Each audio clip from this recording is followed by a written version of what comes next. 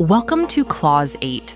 You're watching a short clip from one of our full episodes, featuring real conversations with the leaders shaping IP. What's your thinking? What advice would you give to companies in terms of their inventors using AI and, filing for patent applications? Yeah. So I think to say don't use, they're going to use AI, I think. And I actually think it's a good thing to use AI.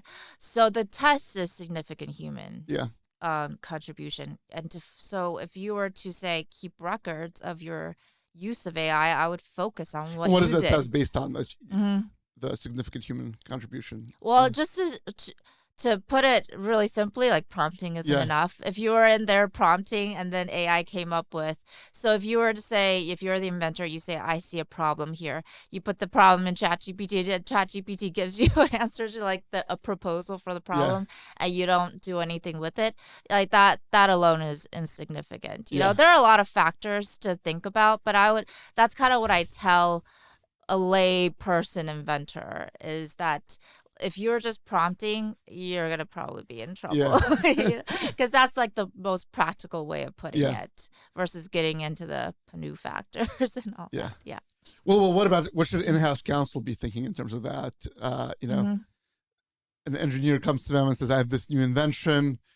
Should they be asking them about, did they use AI, or should they kind of, the less you know, or I guess the same way you figure out the invention. Like, what do you think about that?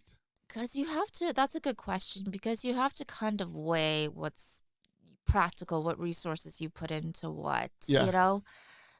So I think in-house counsel, they're not going to get involved with what tools are most useful in terms of, R&D and development. But I'm not sure.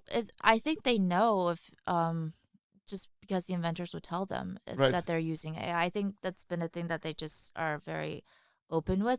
I actually am not sure if they're consistently asking proactively. Well, I think it varies. Like I said, some I think, from what I understand, some companies are like, because of some of the guidance, they're very concerned about it.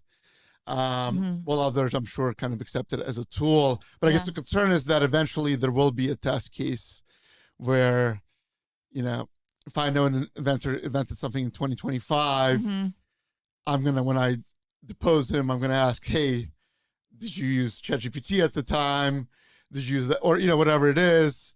And then try to kind of create a story, which I don't know, this would be probably far-reaching, number 10 after pen eligibility, obviously all that. But I feel like there might be an opening, and, inventor might say, oh, yeah, I didn't come up with this. The ChatGPT came up with, or something like that.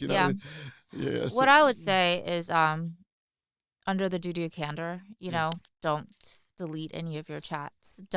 Whatever you do is just don't try to hide the ball. I'm not sure if you have to show the ball so much, but definitely don't try to hide it.